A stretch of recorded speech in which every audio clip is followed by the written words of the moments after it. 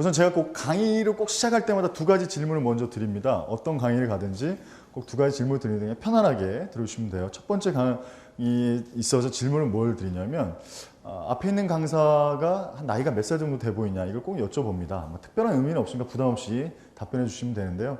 참고적으로 한 6년 전에 그 모 대학에서 이제 제가 몇 살 정도 돼 보이나요? 그랬더니 제 나이보다 10년 아래로 보더라고요. 그래서 강의 분위기가 어땠겠습니까? 굉장히 좋았죠. 뭐 거의 미친 듯이 2시간 동안 강의를 했었습니다. 근데 최근 한 3년 전에는 이제 제 나이보다 한 3년 정도 아래? 3년, 5년 정도 이렇게 아래로 보더라고요. 그래서 뭐 그냥 뭐 고만고만하게 이렇게 강의했던 기억이 나고요. 최근에는 저기 대학을 지칭하겠습니다. 경남대학이라고 아시죠? 경상도에 있는 대학이잖아요. 이 경상도 사람들이 또 이렇게 질르는 거 굉장히 좋아하지 않습니까? 그래서 앞에 있는 강사가 나이가 몇 살 정도 돼 보입니까? 그랬더니 쫙 구성에 있는 친구가 선생님 솔직하게 얘기해도 됩니까? 그래서 예, 솔직하게 얘기해주세요. 그랬더니 쉬운 둘. 쉬운 둘. 그래서 2시간 동안 강의가 어땠겠습니까? 굉장히 살벌했죠. 화장실 안 보내고요. 끝장을 보겠다. 그래서 두 분한테 그냥 편하게 여쭤보는 거니까요.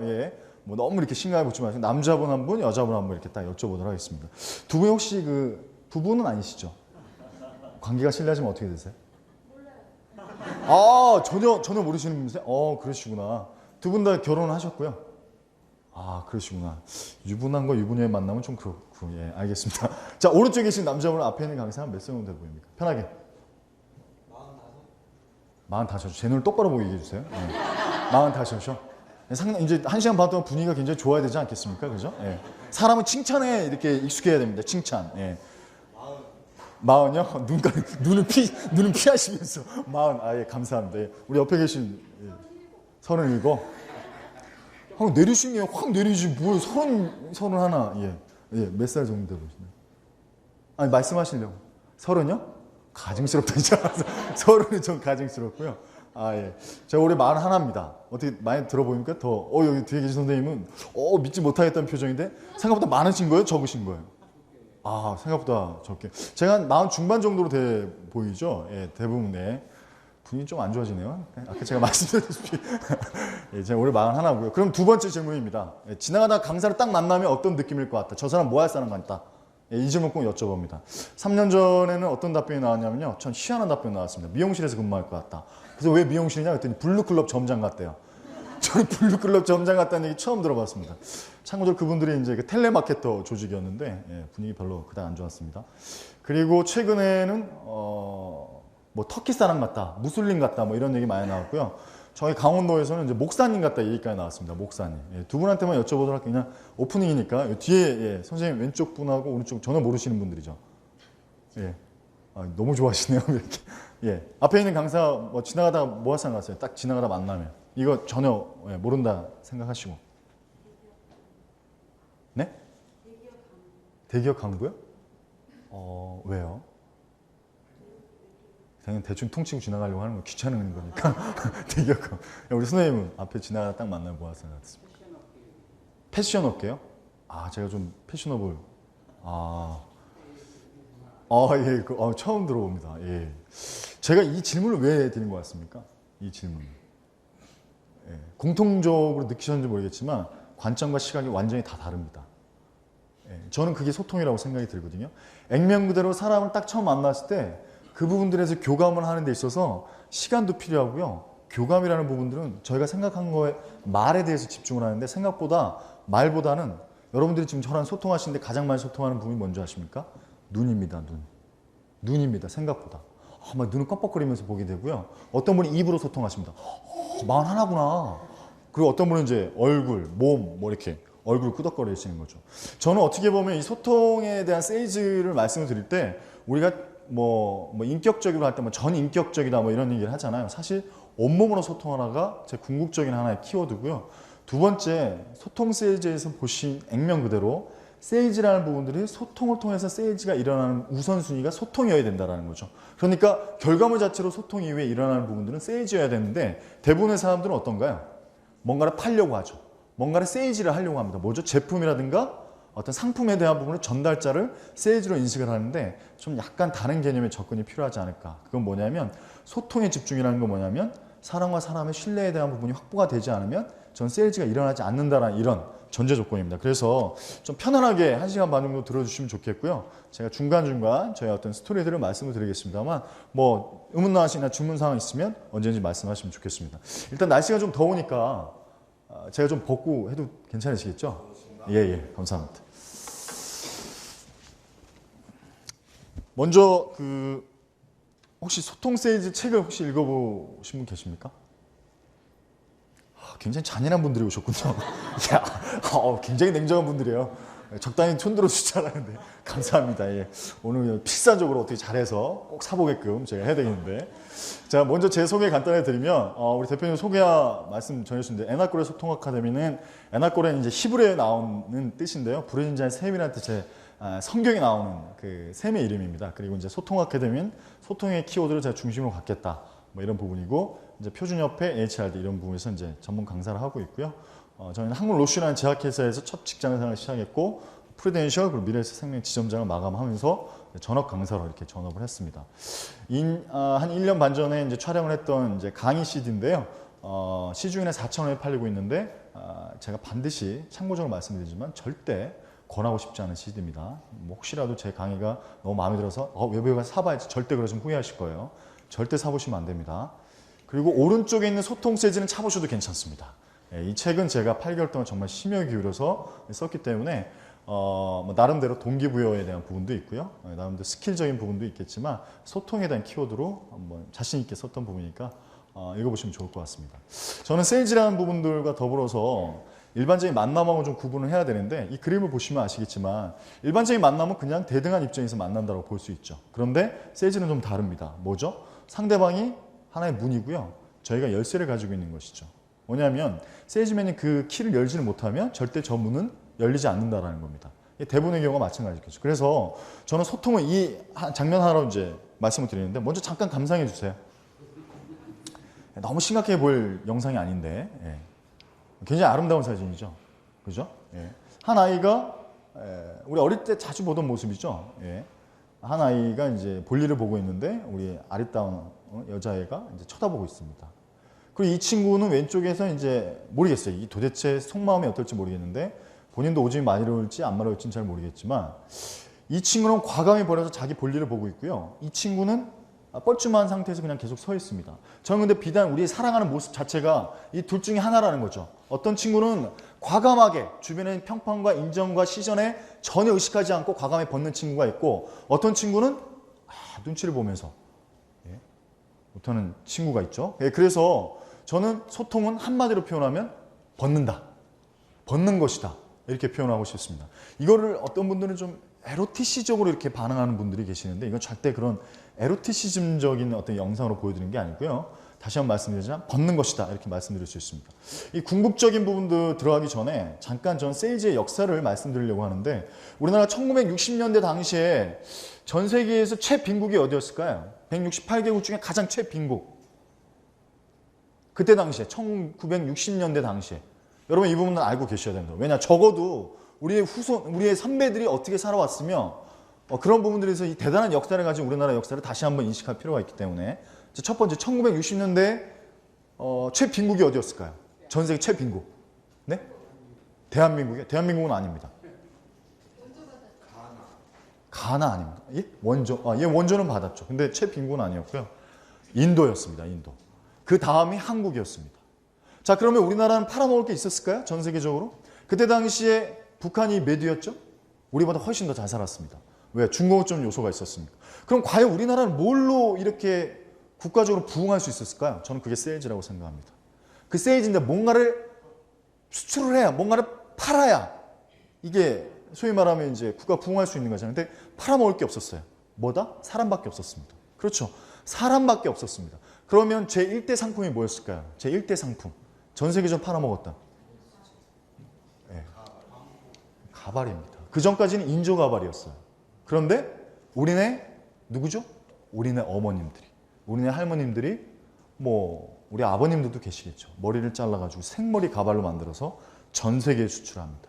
이게 1960년대 당시에 히트 상품 중에 하나였어요. 자, 여기서부터 일어나기 시작합니다. 자, 두 번째 또 팔아먹은 게 뭐였을까요? 우리나라는 세일즈의 나라입니다.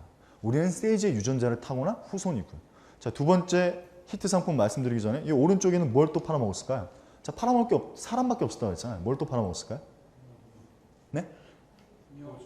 예, 오줌입니다. 이 오줌은 뭘로 팔아먹는 줄 아십니까? 제약회사의 고혈압 치료제, 신장약으로 팔아먹었습니다.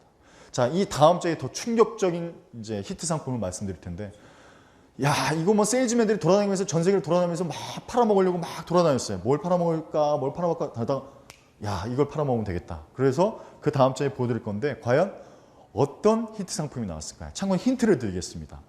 코리안 모피로 팔려나갔어요. 전 세계적으로 유명했던 뭐 여우 모피, 무슨 모피, 여자분들 굉장히 좋아하잖아요. 예? 그래서 야, 세일즈맨들이 이걸 팔아야 되겠다.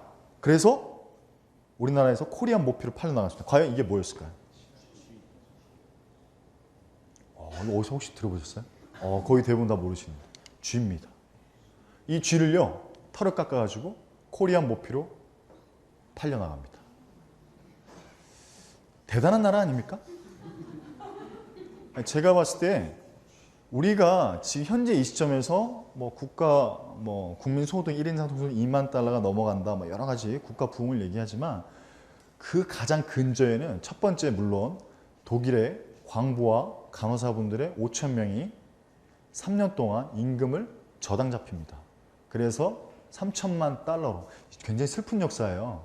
예, 근데 저는 우리나라 국가 부흥의 가장 원초가 뭐다? 라고 하면 독일 광부와 간호사분인데 그걸 가져와서 공장을 진 게 가발 공장이었고요. 그 다음 또 진 게 코리안 모프였는데 거기서 공장을 졌지만 물건을 제대로 외국에 팔지를 못했다.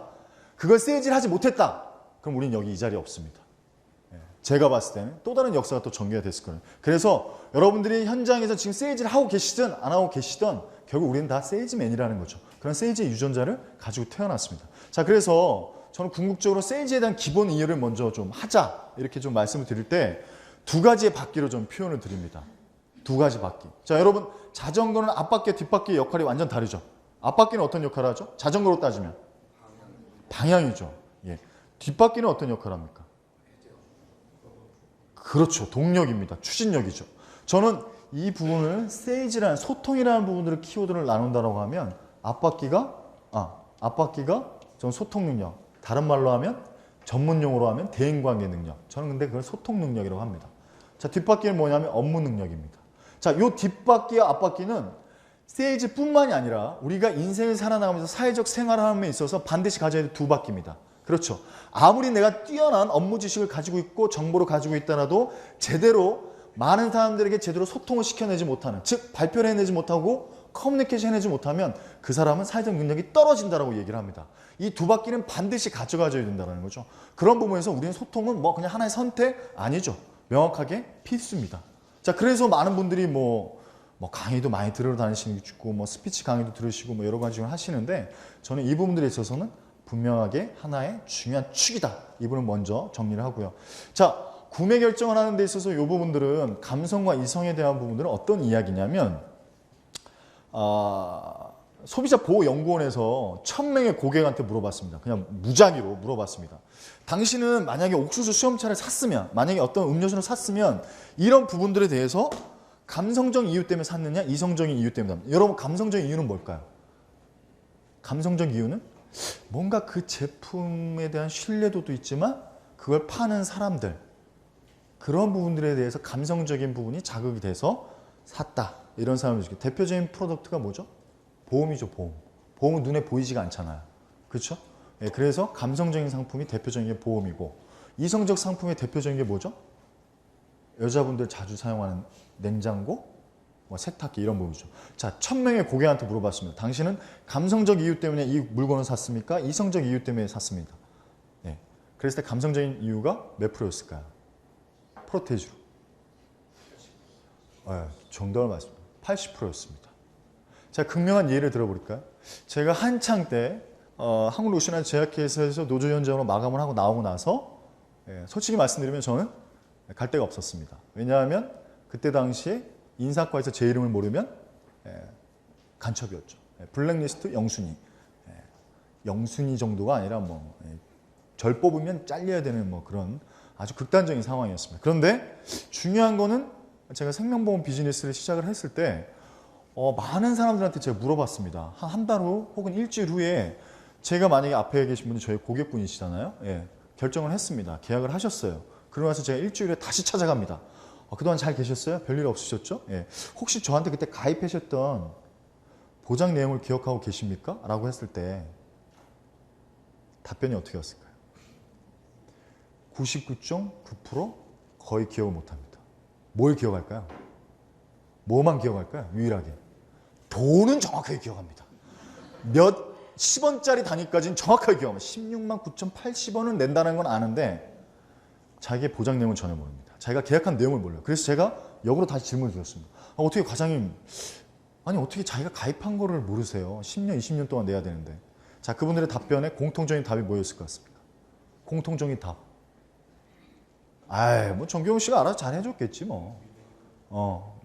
어쨌든 뭐 좋은 얘기 뭐 하여튼 맞는 얘기 많이 하는 것 같던데요. 뭐였죠?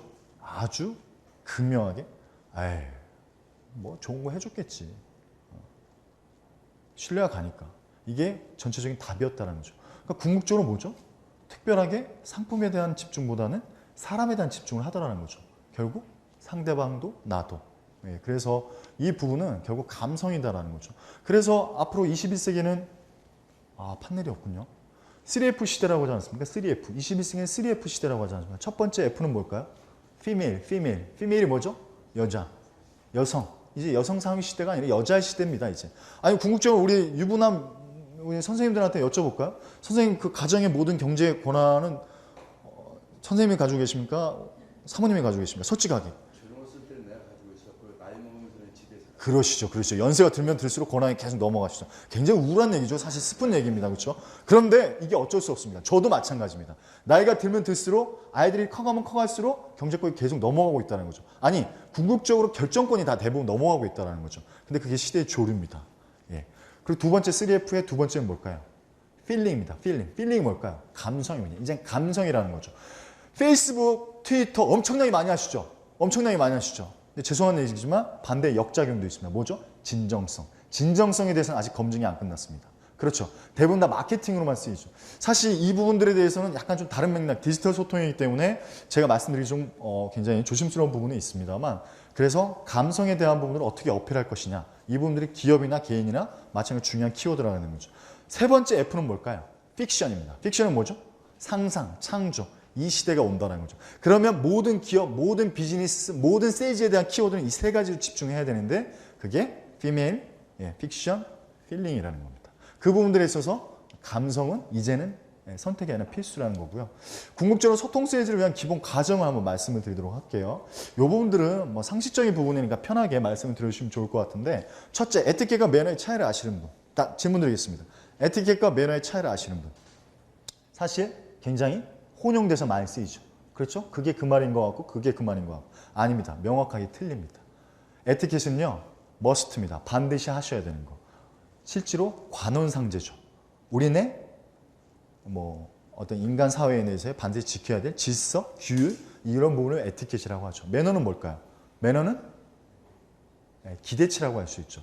하지 않았다고 해서 지탄을 받지는 않지만 했을 때 굉장히 플러스 알파를 받는 거죠. 자, 그러면 세일즈맨 입장을 떠나서 여러분들 다 비즈니스를 하고 직장을 다니시고 개인 사업자시고 다양한 어떤 직종에 계실 텐데 그럼 비즈니스를 하는 입장에서 에티켓이 중요할까요? 매너가 중요할까요?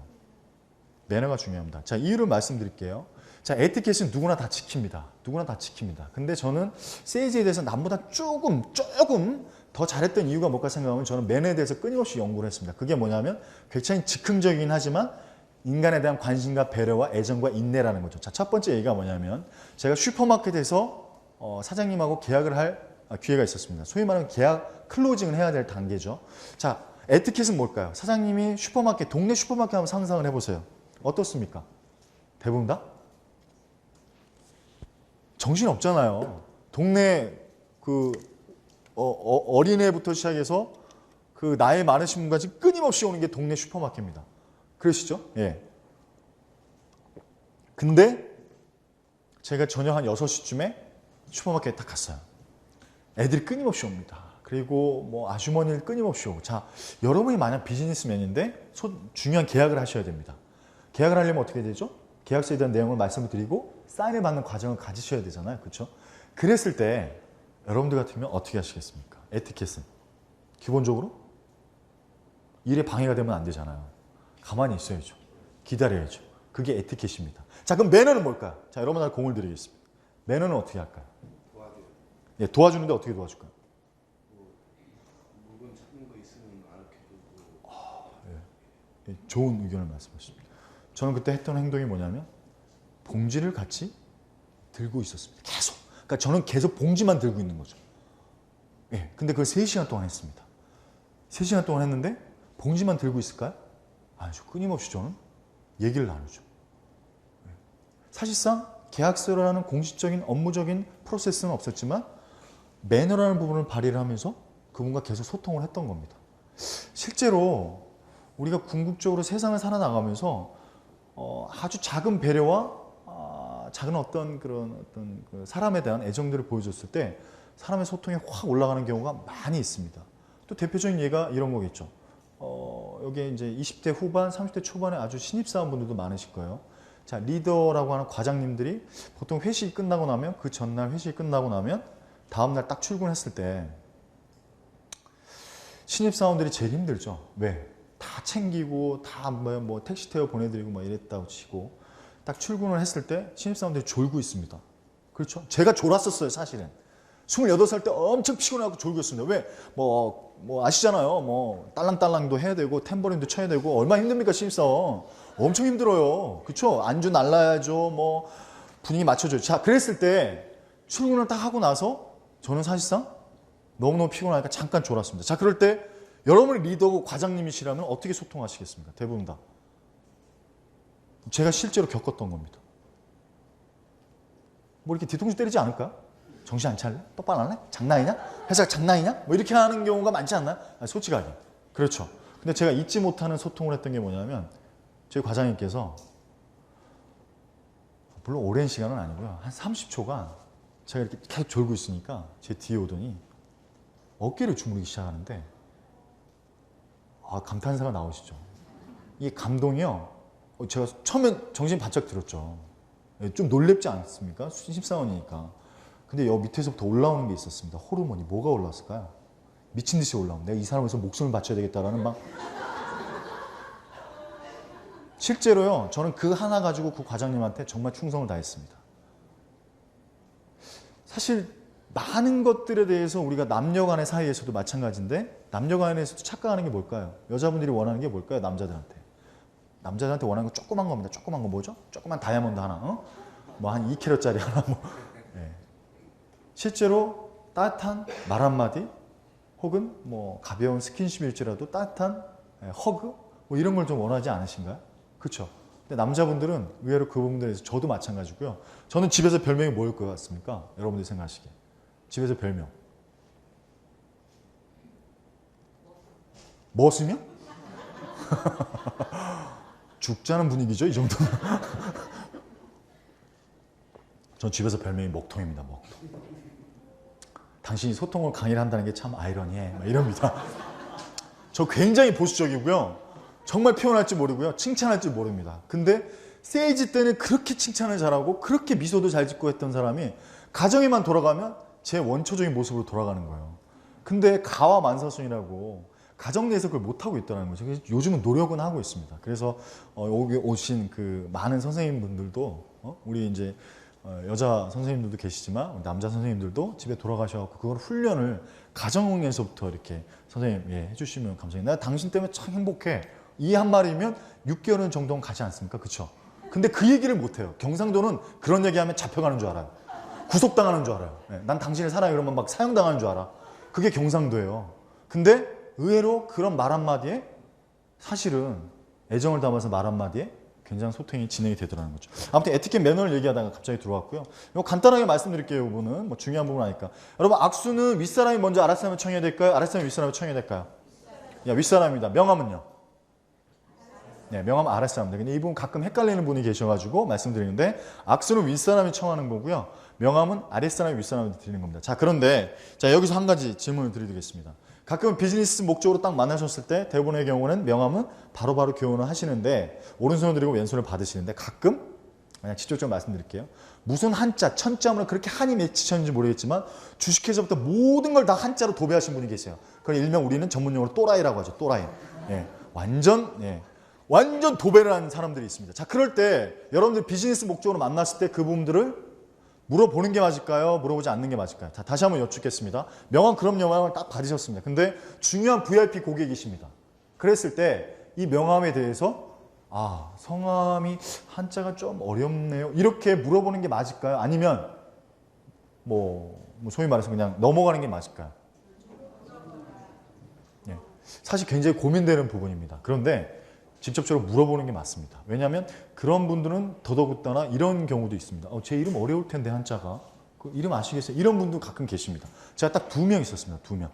자기 한자에서 무슨 자부심이 그렇게 많은지 모르겠는데 자, 그 부분들은 상당한 결례라고 저는 생각을 합니다. 예, 그래서 명함은 한글로 되도록이면 하는 게 좋고요. 영어도 사실은 뒷면에다 딱 액면 그대로 하시는 게 제일 좋다. 이런 생각이 듭니다. 요건 이제 기본 과정이니까. 저는 그래서 요 부분들이 극명하게 첫 만남 4초에 대한 부분들이 이제 소통이 시작되는 게 사람을 만나야 이제 첫 만남에서 이제 소통은 시작이 되니까요. 자, 그랬을 때 40법칙이 있습니다. 40법칙이 뭐냐면 첫인상은 4초 안에 결정이 나고요. 그리고 첫인상의 확증은 4분 안에 끝난다고 합니다. 그런데 확증된 4분의 첫인상을 극복하는 데는 그게 부정적이다라고 했을 때 혹은 긍정적이다 어떤 형태든지 간에 첫인상이 결정이 나면 그거를 확증이 끝난 4분 이후에 극복하는 시간 그 시간은 40시간이 걸린다고 합니다. 결론적으로 말씀드리면 뭐냐면 내가 처음 만났을 때 보여줘야 될 미소와 기타 여러 가지에 대한 부분에서 인위적인 연출 전략이 필요하고요. 연출이란 건 좀 부정적으로 들으실 수가 있는데 그만큼 자기적인 노력이 필요하다는 거고요. 그 다음에 첫 10개에서 15개 단어가 그 사람을 궁극적으로 첫인상을 결정하는 최고의 어떤 중요한 도구가 된다고 합니다. 그렇기 때문에 이 부분들에 대해서는 첫 미소를 자기적으로 만드셔야 되는데 분명히 일종의 연출이 좀 필요하다는 거죠. 그래서 이 왼쪽과 오른쪽을 딱 보시면 극명하게 차이가 날 겁니다. 이 오른쪽의 모습이 제가 노조위원장 할 때의 모습이고요. 이 왼쪽이 제가 세일즈 할 때의 모습입니다. 자, 저는 이 부분들이 선택이 아니었고요. 저는 생존을 위해서 저는 이 부분을 선택을 한 겁니다. 왜냐하면 얼굴이 완전 굳어 있었거든요. 인생의 모든 고민이 아니라 전 세계 고민은 제가 다 하는 줄 알았습니다. 그래서 5만 가지 인상이 다 적이었죠. 그런데 제가 궁극적으로 세일즈 업계에 딱 진입을 하면서 야, 내가 세일즈를 잘하려면 뭘 해야 될까? 그러면 사람에 대해서 좋은 인상을 심어줘야 되는데 그것들이 과연 뭘까? 죄송한 얘기인데 CS 강사분들이 개나리, 미나리 이렇게 만드는데 개나리, 미나리 이렇게 하면은 미소가 만들어질까? 저는 그거 아니라고 생각했습니다. 그럼 뭘까? 그냥 인위적으로 연출을 하자. 그래서 제가 만약에 저 문을 열고 들어가야 되는 VIP 고객이 저 안에 있다. 그러면 3발짝에서 5발자국 전에 그냥 인위적으로 입을 크게 벌렸습니다. 어떻게? 그냥 이렇게. 네, 이 상태에 벌립니다. 그냥. 근데 이걸 계속 벌리고 이렇게 갈 수는 없잖아요. 그렇죠? 근데 벌리고 가면서 문 앞에 바로 직전에서 입을 닫기만 하면 됩니다. 그럼 어떻게 될까? 미소가 젖습니다. 그냥. 그렇죠? 그냥 입 벌려보세요. 괜찮습니다. 호흡하세요. 벌린 상태에서 입만 닫아보세요. 그럼 다 미소가 떠집니다. 지금 굉장히 분위기 좋아졌거든요. 몇 분은 굉장히 심각한 분이셨는데, 지금 궁극적으로 제가 앞에서 본 모습에서는 전혀 분위기가 완전 틀려졌습니다. 뭐냐면, 그럼 입장을 바꿔놓고 제가 이 모습을 만났을 때, 이 모습을 가지고 고객을 만났을 때, 이 모습을 달랐을 때하고는 완전히 다른 거죠. 궁극적으로 결과론적으로 하나의 예를 말씀드려 볼게요. 케네디와 닉슨이 딱 붙었을 때, 케네디와 닉슨이 붙었을 때 TV 토론 연설이 없었다. 절대 케네디는 당첨되지 못했습니다. 자, 자신 있게 말씀드리는데, 그때 당시에 대선 토론을 할 때, 텔레비를 통해서 TV 대선 토론을 하지 않았다면 케네디는 역사의 대통령이 되지 못했습니다. 왜냐하면 닉슨은 부통령을 통해서 엄청난 신뢰도를 쌓아놨고요. 논리정연했고요. 최고의 전략가였습니다. 그런데 케네디는 나이도 어리고요. 굉장히 논리도 빈약했습니다. 그런데 굉장히 뛰어난 부분이 있었습니다. 오바마와 공통적으로 이 미소였습니다. TV 토론 내내 계속 웃고만 있었습니다. 어떤 내용을 얘기하더라도 좋으신 내용이네요. 계속. 자, 이후에 합법을 말씀드리겠습니다만 이 부분에서 미소와 칭찬은 소통의 스트레칭이다. 저는 이렇게 말씀드리고 싶습니다. 그래서 소통 스테이지 3요소 때도 말씀드리겠습니다만 미소와 칭찬은 소통의 스트레칭이다. 스트레칭이 뭐죠? 본 게임을 하기 전에 반드시 해야 되는 아주 기본적인 행위죠. 그래서 이 부분은 선택이 아니라 필수시라는 거죠. 자, 두 번째는 뭐냐면 이 부분 조금 이론적인 부분이라 조금 좀 까다로울 수가 있는데 사람과 사람이 가장 신뢰감을 가질 수 있는 거리는 1.2m라고 합니다. 1.2m. 그래서 에드먼드 홀이라는 심리학자 연구를 했는데 인간과 인간 사이에는 소통을 하는 공간에는 네 가지 공간이 있는데 밀접한 공간, 개인적 공간, 사회적 공간, 공적 공간이 있습니다. 밀접한 공간은 40cm 이내. 40cm 이내는 누가 들어갈 수 있나요? 여러분 생각해 보십시오. 40cm 이내에 들어갈 수 있는 사람은 누군가요? 애인 그리고 가까운 친구 아니면 절대 40cm 이내에 들어갈 수가 없습니다. 물론 들어가시는 분들이 계시죠. 예. 사장님들 중에 이제 밤에 이제 양주 한잔 하시고 이제 밀접한 공간으로 많이 들어가시려고 하는 분이 계시죠. 네, 웃자고 하는 얘기 죽자고 달려주시는군요. 예. 몇 분들은 아마 아실 거예요. 그 밀접한 공간이 어떤 의미인지. 그런 분들은 스킨십이 아주 자유롭게 이루어집니다. 근데 스킨십이 일어난다는 건 뭐냐면 굉장히 가깝다라는 거죠. 자, 그러면 궁극적으로 어떻게 된다? 심리학적으로, 물리적으로 부분에서 밀접한 공간 안에 들어가만 가도 굉장히 친밀감을 느낀다고 합니다. 우리의 뇌는 이 사람은 내가 굉장히 친밀한 사람이구나라는 부분을 느낀다고 합니다. 그러니까 되도록이면 어떻게? 40cm 이내에 들어가야 되는데 그래서 저는 인위적으로 이렇게 했습니다. 사람과 사람이 처음 만났습니다. 제가 오늘 이분하고 상담을 해야 되고 어떤 VIP 상담을 해야 됩니다. 제가 만약에 40cm 이내로 들어간다 그러면 이분이 어떻게 느끼시겠어요? 자, 오늘 처음 뵀지만 서로의 친밀감을 위해서 40cm 이내로 들어가도록 하겠습니다. 가까이 이렇게 본다면 이건 이론이죠. 이건 이론인 겁니다. 그렇죠. 그럼 최고의 방법은 뭘까요? 최고의 방법은. 자, 하나 예로 말씀드리겠습니다. 여러분들 그 총각 손 들어보세요. 총각.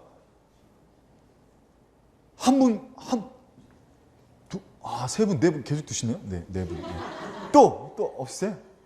네 분한테 제가 한번 질문 드리겠습니다. 물론 이제 애인 계신 분도 계시고 안 계신 분도 계신데 애인이 없다고 치고, 예? 애인이 없다고 치고 오늘 정말 괜찮은 여자를 만났어요. 소개팅을 했습니다. 자, 어디를 데리고 가실까요? 우리 맨 뒤에 계신. 솔직히 괜찮습니다. 커피숍. 굉장히 건전하게. 오른쪽. 네, 좀 가증스럽긴 하네요. 네, 좋습니다. 오른쪽에 우리 선생님. 오늘은 이렇게 가증스럽나 다들. 진짜요? 공원요? 공원 가서? 그렇군요. 그럴 수도 있죠. 옆으로 걸으니까 그것도 좋은 방법이네. 저는 개인적으로 지금은 많이 없어졌는데 오뎅바를 추천하고 싶습니다.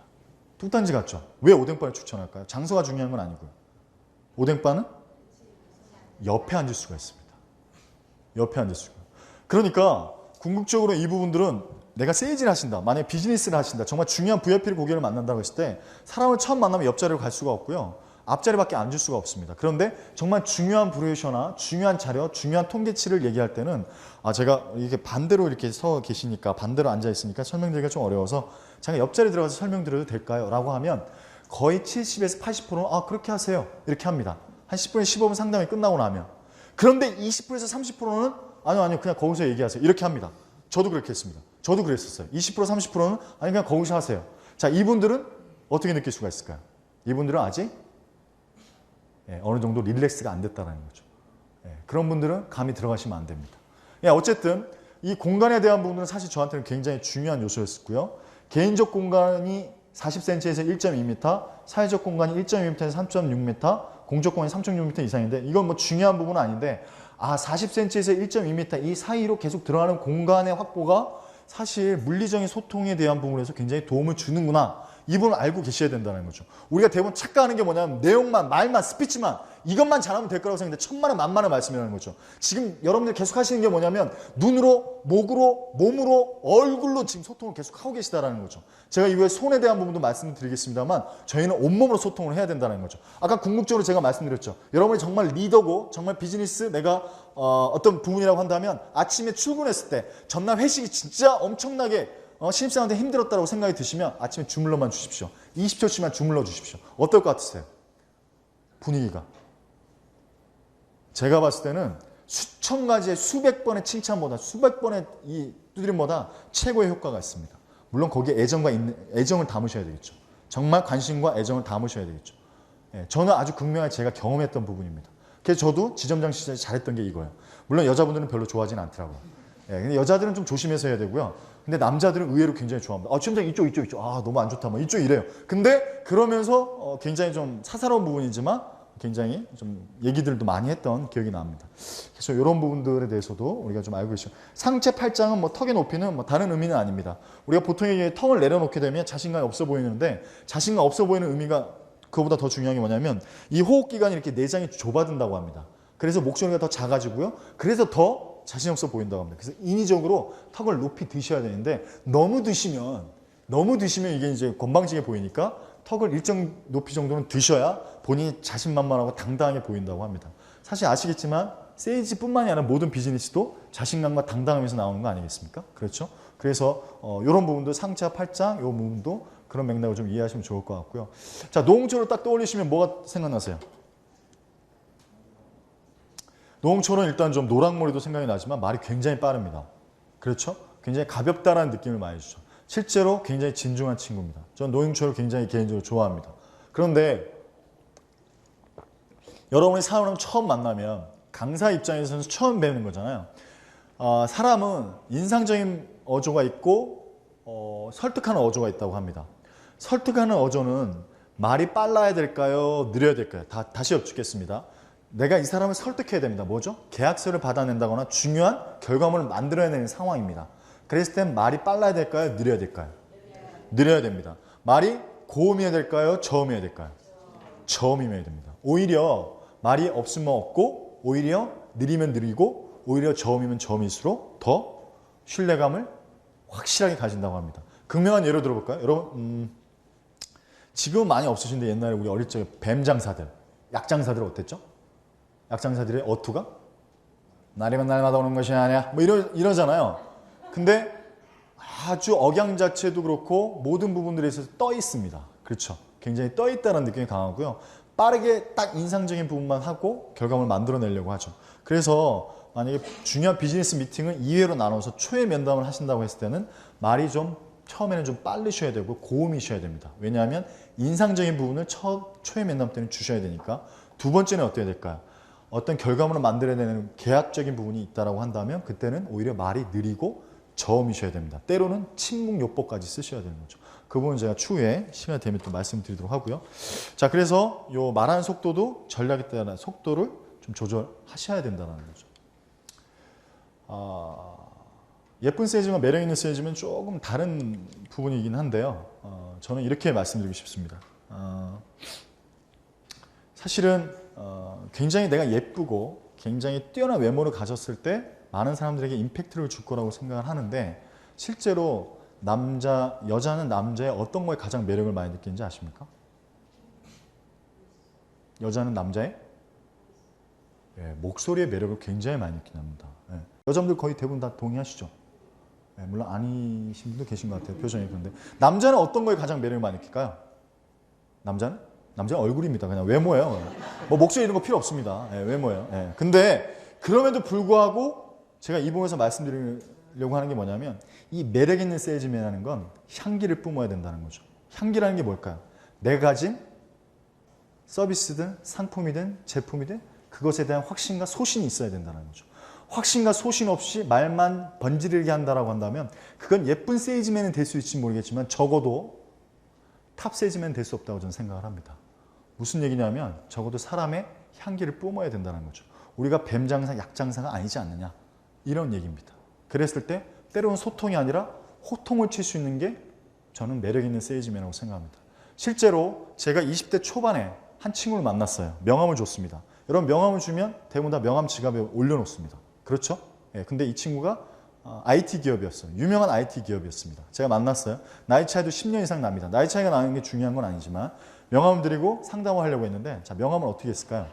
보통의 명함은 그냥 책상에 놓던가 지갑에 넣잖아요. 이 친구가 명함을 어떻게 했냐면 굽혔다 폈다 그러니까 무슨 탄력 테스트 하는 거 있잖아요. 자, 이랬을 때 실제로 그 친구도 뭐 그렇지만 비즈니스 하는 중에 상대방을 압도하려고 하는 건지 어떤 기싸움을 하려고 하는 건지 모르겠지만 명함을 굉장히 장난치는 친구들이 의외로 많았습니다. 특히나 저 같은 경우에는 많지는 않았는데 의외로 많다라고 합니다. 자, 여러분들 같으면 어떻게 하시겠어요? 굉장히 좀 어렵죠. 쉽지 않습니다. 왜? 비즈니스가 달려 있으니까.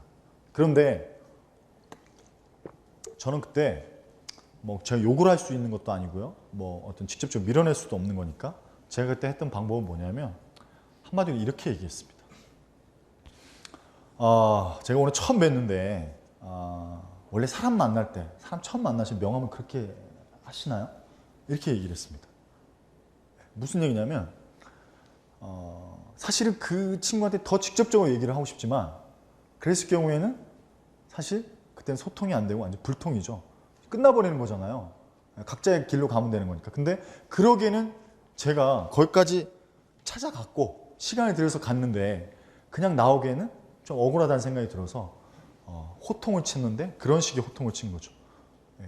근데 궁극적으로 결과는 좋았습니다. 예, 괜찮은 친구였어요. 예, 저는 이런 부분들에 대해서 세일즈 하시는 분들이 굉장히 굴욕적이고 조금은 다운하는 식의 어떤 영업 세일즈를 많이 하시는데 저는 오히려 역을 말씀을 드립니다. 셀러가 아니라 헬퍼가 되고 도우미가 된다는 생각으로 간다라고 하면 세일즈는 하나의 창조적 비즈니스라는 거죠. 예, 무에서 유를 창조하는 겁니다. 근데 대부분 다 어떻습니까? 갖다 팔아야 된다는 생각을 하니까 비굴하고 굴욕적인 부분들에 대해서도 그냥 들어가는 거죠. 참고적으로 저는 그런 부분들에 있어서 마인드 전환이 제일 중요하다고 봅니다. 뭐 그 부분들은 이제 추후에 또 말씀드리도록 하고요. 요 스트레이트 타입은 간단하게 말씀드리겠습니다. 요 부분들은 고정적인 타입이 자꾸 바뀌게 되면 사람은 신뢰감이 좀 떨어진다고 합니다. 예를 들면 제가 뭐 한 달 연속으로 계속 강의 들어가는 업체가 있습니다. 그런데 하루는 노랑머리, 하루는 빨강머리, 하루는 하얀머리 이렇게 물을 들였다고 치면 제 사람은 변하지 않았지만 헤어스타일이 바뀌었잖아요. 이랬을 경우에는 상당 부분 신뢰감이 좀 떨어진다고 합니다. 특히나 비즈니스를 하시는 분들은 자기의 고정적인 이미지가 너무 많이 바뀌면 그닥 비즈니스에 도움이 안 된다. 이런 부분입니다. 이 부분들은 뭐 고정적인 이미지 말씀을 드리는 겁니다. 그래서 좀 일관된 어떤 이미지가 좀 중요하다. 이런 맥락이고요. 요 5가지인데 요거는 이제 고객의 마음을 사로잡는 기술은 닮은 자 어필하고 소식당당, 진심을 호감, 신속정확, 장당 달려가라. 이런 부분 다 아시는 내용이니까 스킵을 하도록 하겠습니다. 세일즈 프로세스라는 부분들에 있어서 궁극적으로 목적을 가지고 사람을 만났기 때문에 반드시 4단계를 가져갑니다. 첫째, 신뢰관계, 두 번째, 고객 리치, 세 번째, 설득과 이해, 네 번째, 고객 관리입니다. 이 4가지 프로세스는 B2B가 됐든 B2C가 됐든 반드시 거쳐야 되는 단계입니다. 자, 여기서 질문을 드리도록 할게요. 이 4가지 프로세스 중에 가장 중요한 단계가 어딜까요? 신뢰관계입니다. 몇 프로일까요? 프로테지가 중요한 건 아니지만 저는 70% 이상이라고 봅니다. 이 신뢰관계가 형성이 안 되면 절대 고객 니즈는 넘어갈 수가 없습니다. 왜? 고객 니즈를 확보를 하려면 어떻게 됩니까? 고객 니즈가 발견이 되고 환기가 되려면 질문을 던져야 되거든요. 근데 그 질문에 대한 답변을 하지 않습니다. 신뢰를 가지지 않으면. 그렇기 때문에 저는 이 신뢰관계 확보가 사실 소통 세일즈의 모든 부분이다 라고 볼 수도 있습니다. 그럼 이 부분에서 어떻게 소통을 할 건데 그게 이제 지엽적인 부분이지만 디테일한 부분이지만 첫인상에 대한 부분들 그리고 말하는 속도에 대한 부분들 그리고 매력 있는 향기를 뿜어내는 어떤 이런 부분들을 제너럴하게 말씀을 드린 거죠. 자, 그 다음에 중요한 부분들이 전 고객 관리라고 보고요. 나머지 고객 니즈, 설득과 이해입니다. 자, 궁극적으로 세일즈는 소통과 관계입니다. 자, 본론으로 들어가도록 하겠습니다. 소통 세일즈라는 책의 핵심적인 내용을 3가지를 뽑는다면 저는 미소와 칭찬이라고 봅니다. 제가 작년 12월에 소위 말하면 여러분들이 다 아시는 외국계 생명보험사의 탑 세일즈맨들 대상으로 커뮤니케이션 강의를 한 적이 있습니다. 2,000명 중에 상위 50등을 대상으로 강의를 했고요. 여러분 평균 한 50등 정도면 뭐 한 3% 정도 드는 거죠. 그렇죠? 3%. 자, 그 사람들의 평균적인 기본 연봉은 얼마였을까요? 중요한 건 아니니까. 기본 연봉은 얼마였을까요? 대단한 분들이죠. 어쨌든 상위 3% 내에 드시는 분들이니까. 네? 3억. 3억 정도. 3억 정도 굉장히 큰 돈이죠. 그렇죠? 예. 한 1억 정도 된다고 했답니다. 평균 정도 1억 정도 된답니다. 탑 연봉이 얼마인지 아십니까? 깜짝 놀라지 마십시오. 5억? 10억? 경매 분위기 됐네요. 계속 이제 올라가고 있어요. 11억이었는데요. 여자였을까요? 남자였을까요? 여자였습니다. 나이가 몇 살이었을까요? 50세. 아이가 몇일까요? 3입니다. 저는 그분이 절대 궁금하지 않았어요. 그분의 남편이 궁금했습니다. 과연 남편은 무슨 일을 할까? 어쨌든 11억의 탑 세일즈맨은 여자분이셨습니다. 그런데 완전히 상상을 깼죠. 뭐죠? 53세. 자, 몸매가 어땠을까요? 몸매 구성이? 젊을 때는 굉장히 장난 아니셨겠죠. 근데 그때는 장난이 굉장히 심하시더라고요. 전혀 신경 쓰지 않습니다. 자, 얼굴의 외모는 어땠을까요? 아니, 그분뿐만이 아니라 50명 중에 여자분은 몇 분이었을까요? 남자분들은 조금 자존심 상하는 얘기입니다. 50명 중에 여자분은 몇 분이셨을까요? 탑 세일즈맨 50명 중에 여자. 거의 맞죠. 35명입니다. 70%가 여자분이셨어요. 그 35명의 여자분들의 공통점은 뭐였을까요? 제가 막 이렇게 강의를 하잖아요. 제가 지금 계속 아이 컨택 하는 거 아시죠? 예. 저도 이제 막 소통을 말로만 하는 게 아니라 눈으로도 하고 하지 않습니까? 그렇죠? 어떤 분은 고객도 두드려주고 막 이렇게 하시니까. 근데 그 35분을 2시간 동안 강의를 하면서 계속 아이 컨택을 하면서도 저는 얼굴 보게 되고 표정도 보게 되고 그러면서 점차적으로 어떻게 되죠? 몸매도 보게 되고 계속 밑으로 내려가잖아요. 이건 인간의 본능이잖아요. 남자의 본능이 아니라 인간의 본능인 거예요. 그렇죠? 예, 그렇습니다. 예. 자, 35분의 공통점, 얼굴적인 공통점은 무엇일까? 이제 몸매는 제가 말씀드렸고, 몸매는 굉장히 조직 구성이 굉장히 좀 험난하신 분들이 많으셨고, 근데 얼굴은 과연 그러면 어땠을까? 얼굴이 굉장히 이뻤을까요? 의외로 이쁜 분들도 계시긴 했죠. 근데 전체적으로 뭐냐면 전체적으로 얼굴의 조합이 굉장히 무질서하시더라는 거예요. 생각보다는 조합이 그닥 질서정연하지가 않았다는 겁니다. 저는 그게 깜짝 놀랐어요. 굉장히 이쁠 줄 알았고요. 굉장히 막 삐까번쩍할 줄 알았는데 의외로 그렇지가 않더라는 거죠.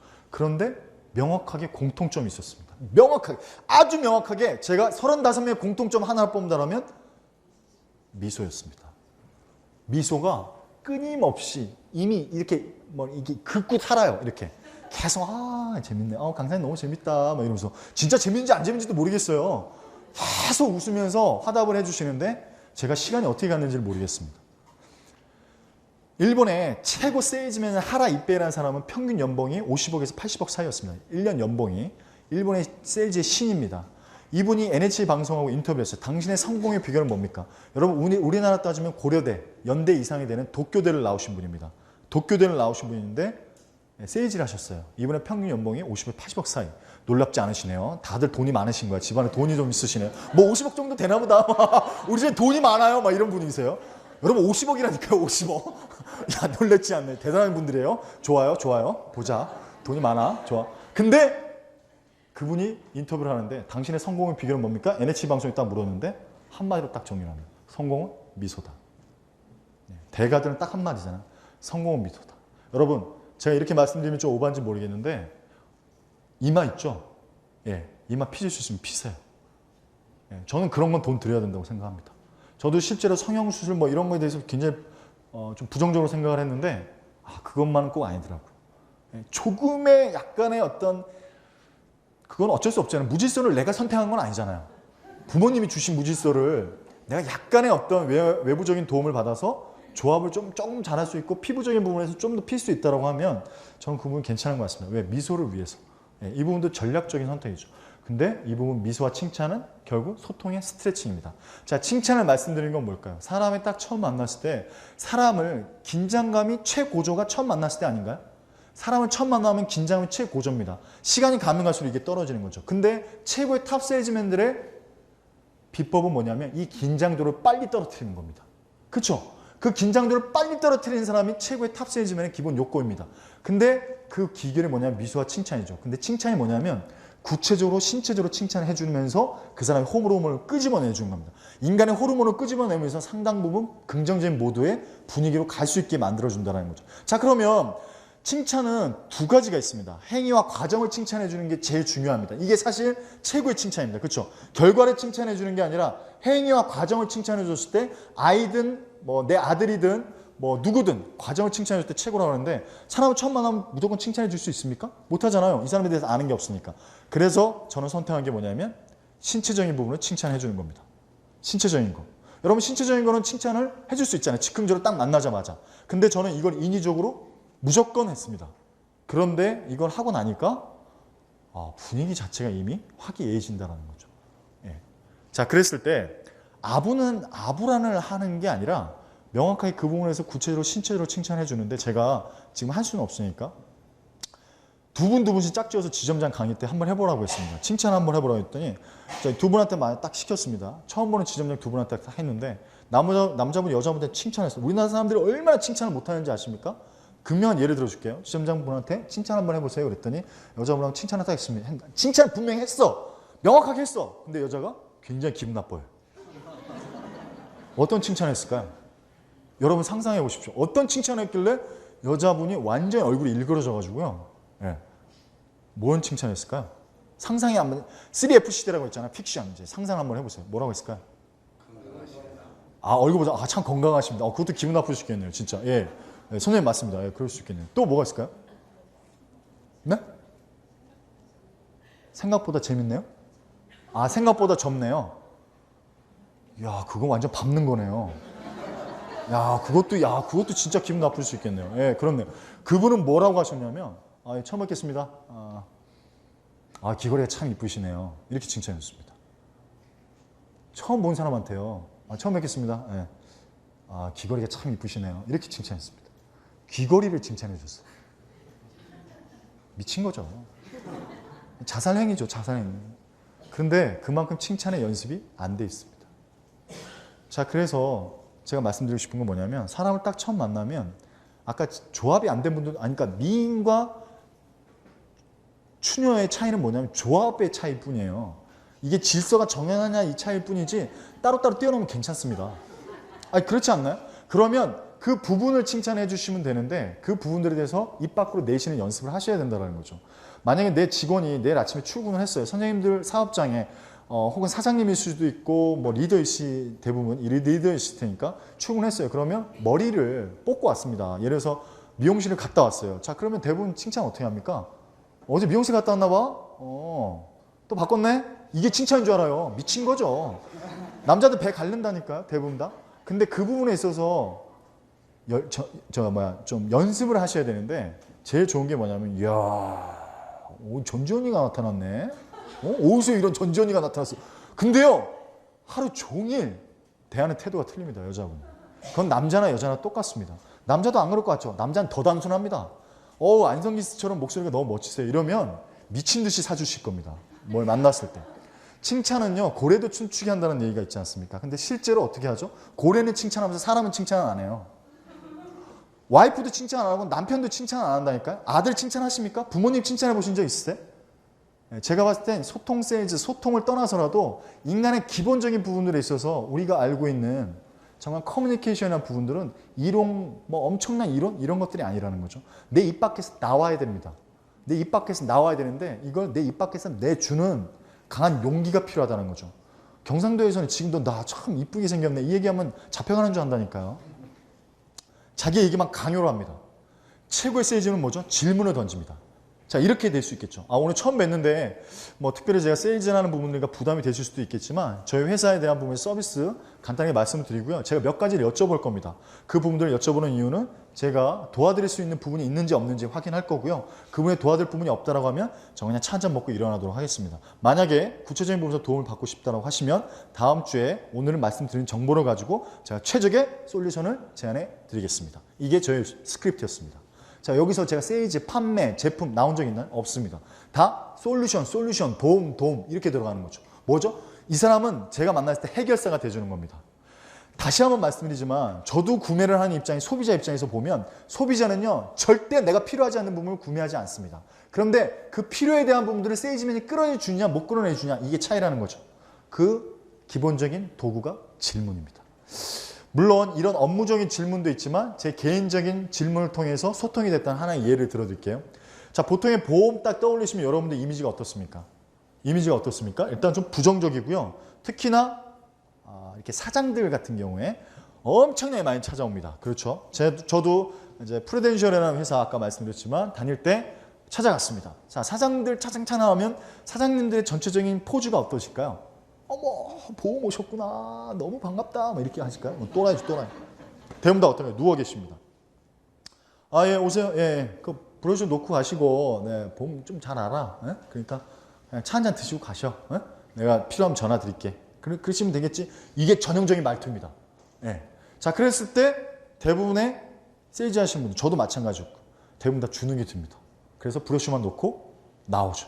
자, 근데 저는 마인드에 대한 부분들에 있어서 세일즈보다 더 중요한 게 소통이라고 말씀드렸잖아요. 저는 그럴 때 세일즈를 내려놓습니다.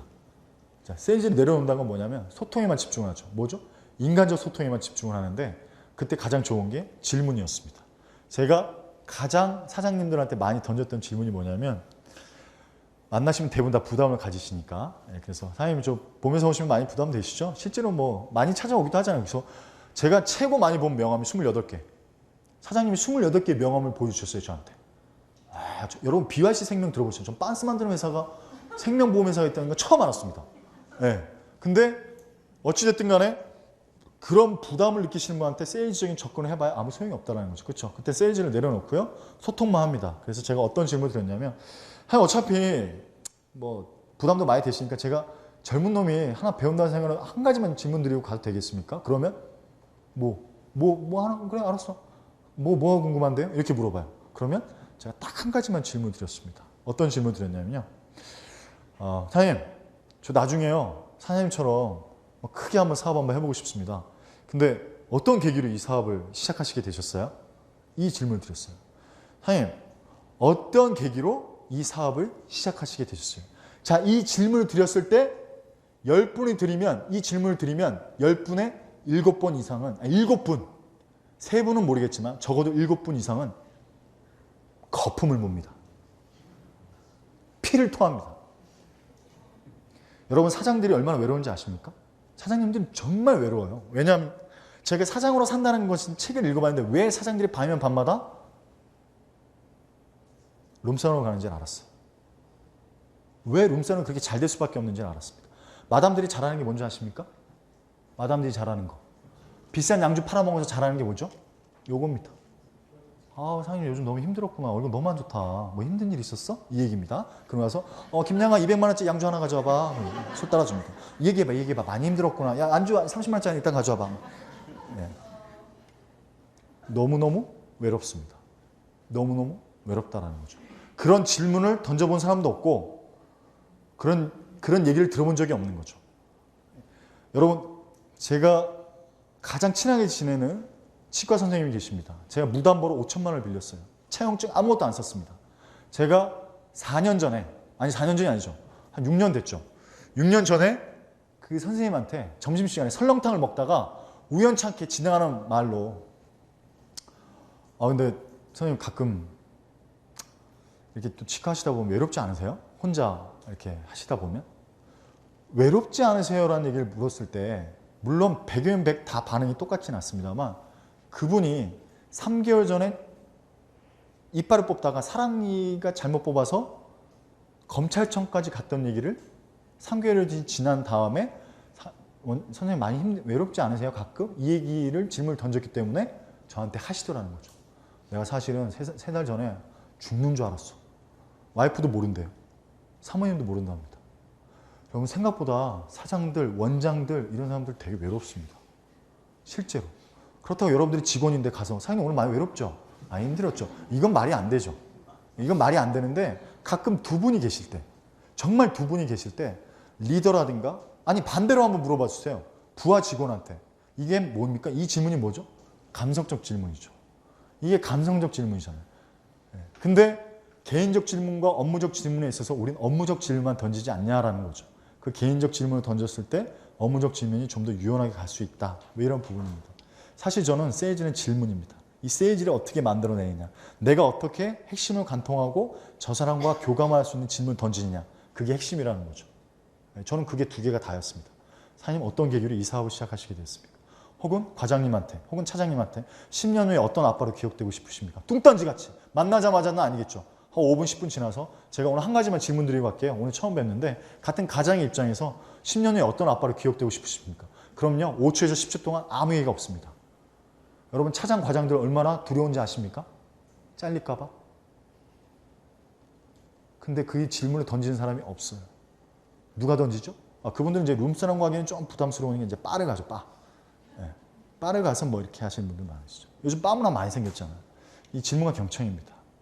그 다음에 세 번째가 애정과 인내죠. 이 부분들은 사람에 대한 기본적인 애정과 인내인데 이걸 통계학적으로 말씀을 드리면 어떤 상품이든 간에 다단계든 방문 판매든 어떤 상품이든 이 사람을 몇 번 방문했을 때 계약서를 썼냐라고 소비자한테 물어봤어요. 당신은 몇 번 만에 계약서를 썼습니까? 몇 번 세일즈맨에 방문했을 때 계약서를 썼습니까? 라고 했을 때 몇 번이었을까요?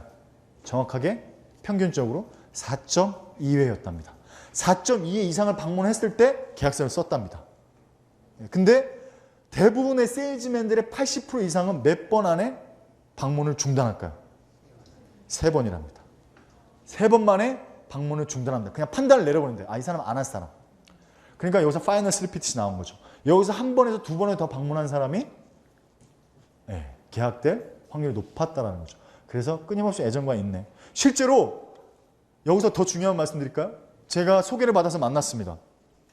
그분 때문에 저는 소통이라는 컨셉을 잡기 시작했어요. 세일즈를 내려놓자. 소통을 해야 되는구나. 내가 사람 대 사람으로 이 사람과 커넥션이 된다라고 하면, 교감만 된다라고 하면 이 사람이 알아서 세일즈를 해주는가, 그걸 저는 느꼈습니다. 6차 열차였습니다. 소개를 받아서 부장이라는 분을 만났습니다. 한국 무슨 제약회사는 아니고 화학회사였는데요. 외국계 인사부장을 만났습니다.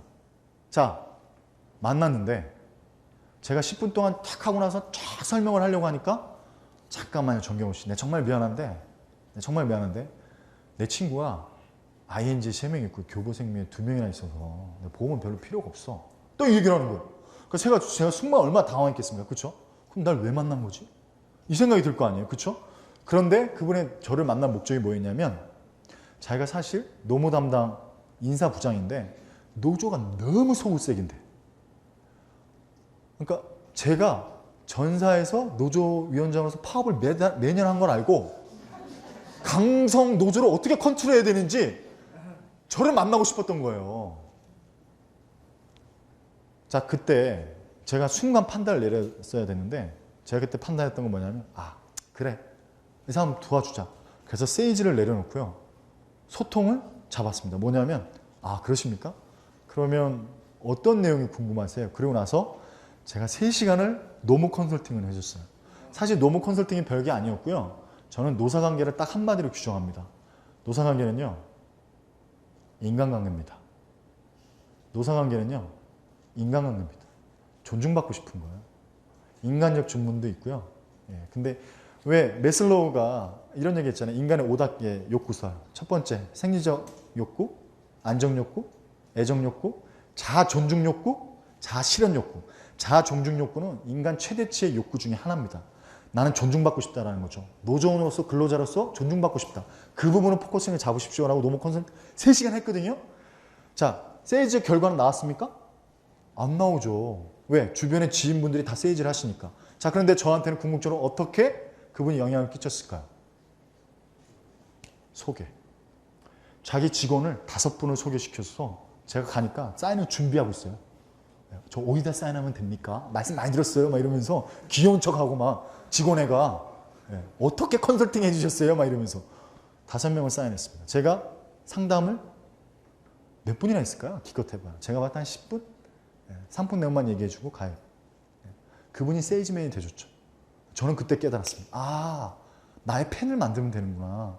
나의 세일즈맨을 만드는 거구나. 이분은 나한테 계약을 하지 않더라도 이분과 내가 소통이 돼주면 마찬가지인 거죠. 그렇지 않습니까? 실제로 나를 위해서 누군가가 떼어준다라는 거죠. 저는 그때 애정과 인내를 가지자. 사람에 대해서. 그래서 저는요, 닥치는 대로 만났습니다.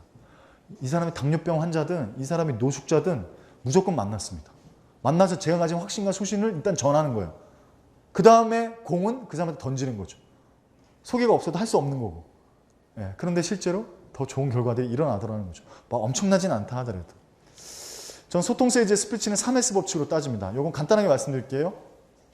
Short, Sense, Salt입니다. 뭐죠? 짧고 간결하게 얘기해라. 이거는 내용을 구성하는데, 말을 구성하는데 반드시 필요한 3가지 요소인데, Short, 짧고 간결하게 얘기해라. 두 번째는 뭐냐면 Sense. Sense를 말씀드렸죠. Feeling하고 똑같습니다. 감성적으로 얘기해라. 세 번째 Salt는 뭘까요? Salt는 인상적으로 얘기해라. 인상적으로 얘기해라는 뭐죠?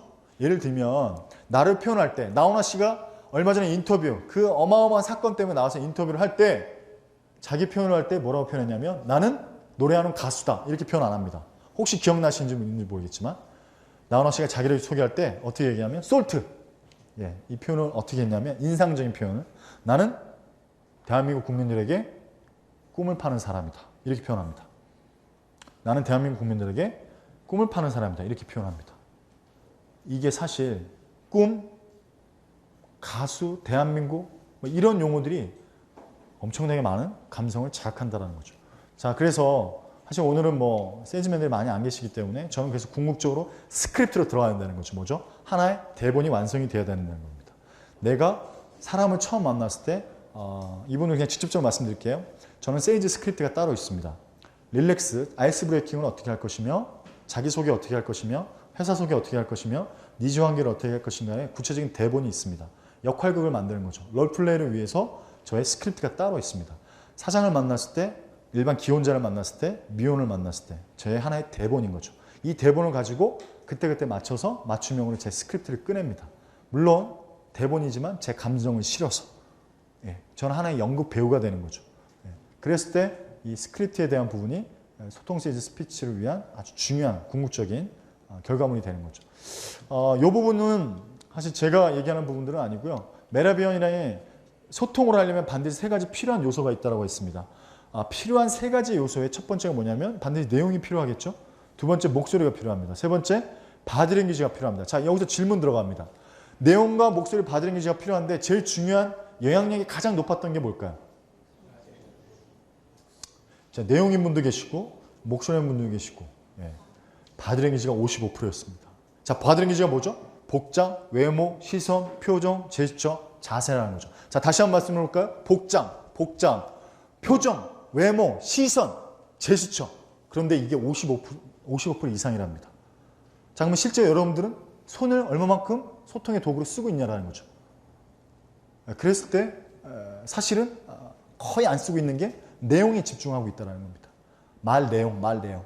자, 목소리에 대한 부분은 아까 말씀드렸습니다. 높고 낮음과 빠름과 늦음에 대한 부분들에 있어서 궁극적으로 차별해야 됨에도 불구하고 보이스를 내는 건지 사운드를 내는 건지 굉장히 혼합된 경우가 많다는 거죠.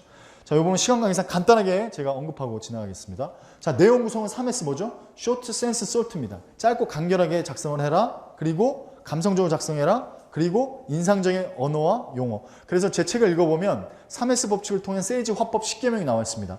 단순, 간결, 참신 쭉 나와 있는데 궁극적으로 그 결론은 이 3S 법칙을 활용하자는 거고요. 이 기본 화법은 비즈니스든 인간적인 사회생활이든 반드시 필요한 화법 중에 제일 중요한 화법이 yes 화법입니다. 자, 여러분 yes 화법이 뭐냐면 yes but 화법입니다. 사람은 물리적이래. 어떤 그 내용적으로 딱 밀리게 되면 반발하게 돼 있습니다. 에이, 이거 너무 비싸다. 너무 비싸. 이랬을 때 반응이 어떨까요? 아닙니다. 이거 비싼 거 아닌데? 이게 대부분 일상적인 반응입니다. 그렇죠? 그때 무조건 yes but 화법으로 나가자는 거죠. yes but 화법은 뭐냐면 예 맞습니다. 무조건 예 맞습니다. 예, 좀 비쌉니다. 하지만 but가 나가는 거죠. 모든 순서가 다 그렇게 되는 거죠. 너는 자, 면접장입니다. 제가 면접 강의도 가끔 하니까 자, 면접을 하는데 자네는 학점은 괜찮은 것 같은데 얼굴이 인상이 그닥 안 좋네. 딱 그렇게 던집니다. 그러면 어떻게 할까요? 대부분의 구직자 입장에서는 아닙니다. 저 인상 좋습니다. 이렇게 합니다. 왜? 밀리니까. 그런데 거기서는 무조건 yes but 합법으로 갑니다. 뭐죠? 예 맞습니다. 첫인상 그닥 안 좋게 보시는 분들도 계십니다. 하지만 3개월이 지나고 나면 저를 진국이라고 공통적으로 말씀하시는 이렇게 계속 yes but 그러니까 맞고 쳐주고가 되는 거죠. 최고의 합법입니다. yes but 합법은 이건 세이지를 떠나서 인간 커뮤니케이션 모든 소통의 최고의 합법이 yes but 합법입니다. 자, 사모님하고 싸운다. 당신은 맨날 늦어. 인간이 왜 그러냐? 나한테 해준 것도 없고. 맞아. 내가 좀 그래. 그렇지. 근데 말이야. 요즘에 이렇게 나가야지. 난 돈 벌러 다니 막 이러면서 하면 싸움이 나고 이렇게 되는 거죠. 그러니까 예스보다 합법은 받아주고 쳐주고 무조건 받아주는 겁니다. 그다음 침묵 기법은 이제 클로징 기법 중에 하나죠. 클로징을 걸었을 때 한동안 멈춰주는 겁니다. 자, 결정하시죠? 라고 했을 때 멈춰주는 게 클로징 기법 중에 하나인데 2초나 3초를 잠깐 있어주는 겁니다. 제가 아까 말씀드렸죠. 최고의 설득하는 어조는 느리고 저음이라고 말씀드렸는데 침묵 기법도 마찬가지입니다. 네. 이 부분은 시간 관계상 못 들어갑니다만 침묵 기법은 아주 최고의 클로징 기법 중에 하나입니다.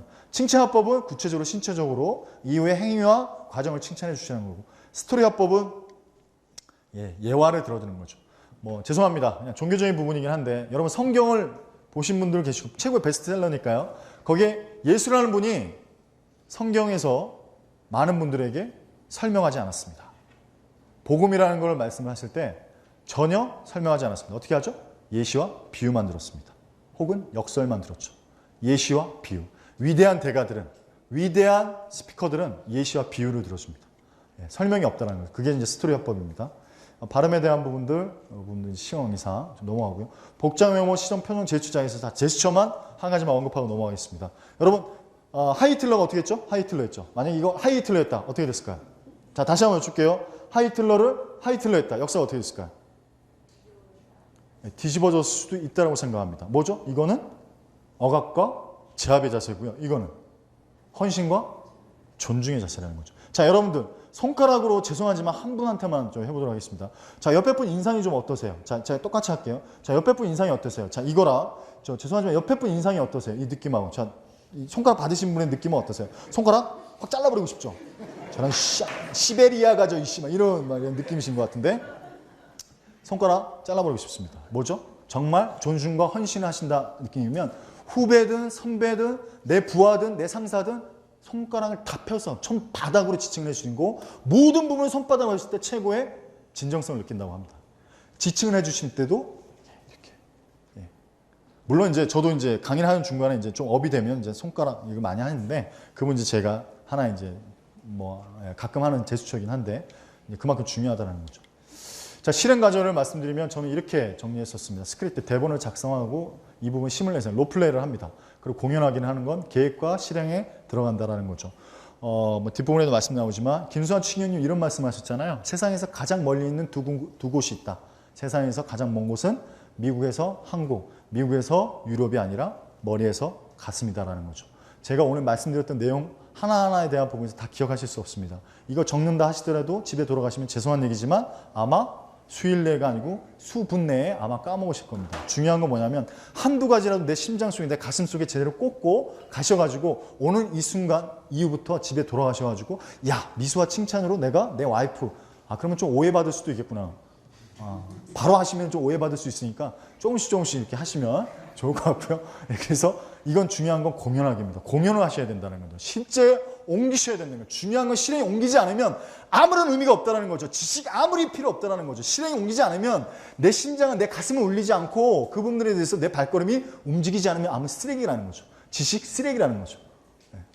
자, 그래서 저는 성공 3요소를 얘기할 때 이렇게 얘기합니다. 태도. 삶에 대한 부분들에서 성공한 사람들의 첫 번째 요소는 태도였습니다.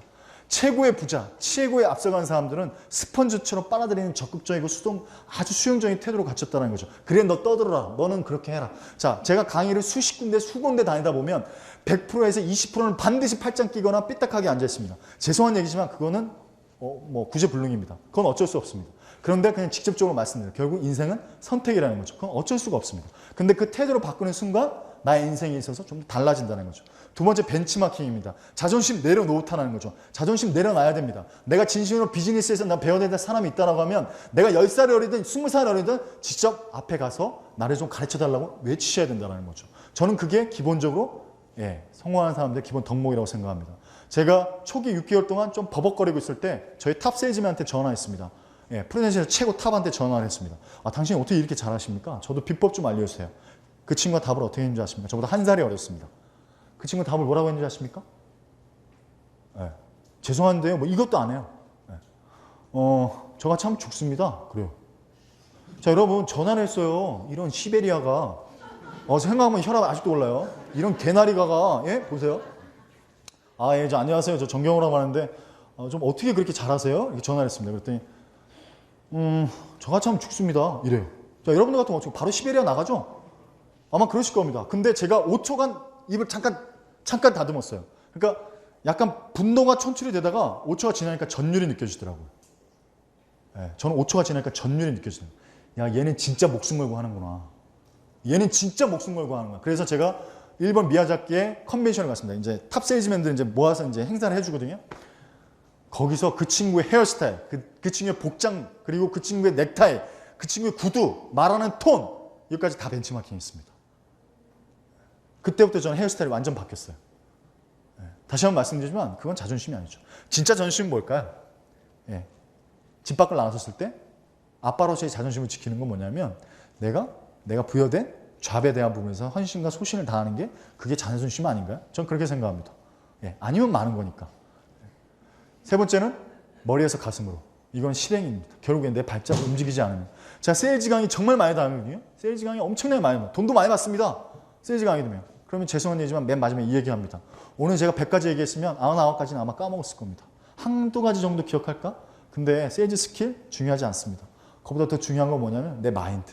내가 왜 이 잡을 하는지에 대한 부분들이 있어서 확신과 소신이 없다? 때려쳐라. 미안한 얘기지만. 때려쳐라. 뭐가 그렇게 두렵냐? 때려쳐라. 근데 내가 정말 이 일에 대해서 확신과 소신이 있다라고 하면 한번 걸고 한번 해보자. 그 얘기를 마지막으로 합니다.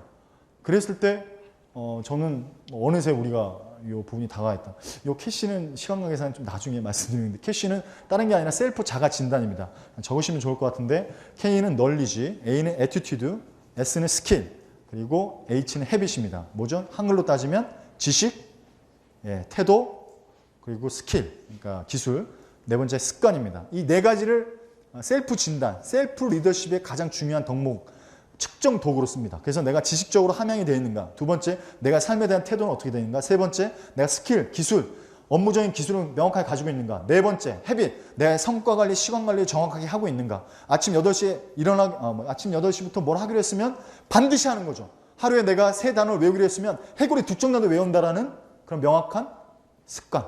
이 부분들이 있어야 된다는 거예요. 내가 열심히 해야지 이거 의미 없다라는 거죠. 그 다음에 이제 반복도 반복입니다. 자, 동영상 시청하고요. 이 사진 잠깐 보고 이제 마무리 짓도록 하겠습니다. 2003년도에 제가 일을 시작할 때 저는 이 사진 속의 개구리와 똑같았습니다. 자, 이 오리가 개구리를 집어삼키고 있고요. 개구리가 넘어가는 과정에 있어서 목을 잡았습니다. 제가 이 궁극적으로 이 사진을 보여드리는 이유는 여러분한테 질문을 드리겠습니다. 오리가 이 싸움에 승자가 됐을까요? 개구리가 이 싸움의 승자가 됐을까요? 개구리입니다. 왜 개구리가 이 싸움의 승자가 됐을까요? 개구리는요, 목숨을 걸고 싸우고 있고요. 오리는 한 끼 식사를 위해서 개구리를 집어삼키려고 했던 아주 안일한 태도였습니다. 궁극적으로 싸움의 승패는 개구리가 절대 열세임에도 불구하고 목숨 걸고 싸우는 이 태도 때문에 이긴다는 걸 누구나 다 자명한 사실로 알고 있을 겁니다. 2003년도 당시에 저는 사실 갈 데가 없었습니다. 말씀드렸다시피 모든 부분에 있어서 차단이 됐고요. 참 감사하게도 일을 시작하게 됐지만 그때 당시에 제 딸은 선천성 혈관경이라고 해서 국내 대학병이나 대학병원 다 입원해 봤고요. 하지만 결국 치료를 못 받았습니다. 두 번째, 그와 동시에 제 애엄마는 간의 3분의 1을 절제했습니다. 그게 동시에 일어났습니다. 제가 회사에서 강제로 해고를 당했고요. 두 번째, 제 딸은 현대 아산병원에, 저의 애엄마는 삼성의료원에, 그리고 저는 월급이 전혀 없는 상태였습니다. 저는 이 개구리와 전혀 다를 바가 없었습니다. 나도 저렇구나 라는 생각이 들었습니다. 근데 잠깐이나마 하나님을 원망했습니다. 왜 난 열심히 살았는데 왜 나에게 이런. 그런데 그 부분에 있어서 그것도 사치라는 생각이 들었습니다. 왜냐하면 제가 밀리면 내 가족이 밀리니까. 그래서 저는 세일즈를 시작할 때 밀리면 죽는다는 생각으로 시작했고요. 360일 동안 쉬어본 적이 없습니다. 그리고 살이 떨려본 적도 많고요. 근데 제가 이 말씀을 드리는 건 뭐냐면 사실상 지금 돌아켜 생각을 해보면 너무나 감사한 일이 아닌가 이렇게 생각이 듭니다. 제 스스로에 대해서 다시 한번 작지만 성공 체험을 통해서 세상을 살아나갈 다시 한번 큰 힘을 얻게 됐고요. 두 번째는 우리가 세상에 너무나 시선과 평판, 인정에 목말라 한다는 생각이 들었습니다. 주변 너무 의식 안 했으면 좋겠습니다. 세상의 시선과 눈치에 너무 의식하지 말고 내가 지정한 내 비전과 꿈에 대한 부분이 있다고 한다면 내 가슴과 심장을 걸어서 한번 걸어보는 게 우리의 삶의 존재 이유가 아닌가 이렇게 생각이 듭니다. 그 부분들에 있어서 극명하게 안타까운 사실이 뭐겠습니까? 30대 사망률의 1위가 뭐죠? 자살입니다. 우리나라 가장 정신과 치료제가 가장 많이 쓰이는 곳, 우울증 치료제가 가장 많이 쓰이는 곳이 어딘지 아십니까? 천당 밑에 분당이라고 합니다. 결코 돈으로서 채워주지 않는 그 우울증에 대한 부분들에 있어서 우리 이 자리에 온 것만으로도 다 행복의 조건이 다 있다라고 생각이 듭니다. 조금 감사해야 될 것 같고요. 조금 기뻐한 마음으로 세상 하루하루 정말 좀 감사한 마음으로 좀 살아가야 되지 않을까 이렇게 생각이 듭니다. 함부로 희망하지도 않지만 절대로 절망하지 않는 서로의 삶이 되길 바라겠고요. 경청해 주셔서 감사합니다. 고맙습니다.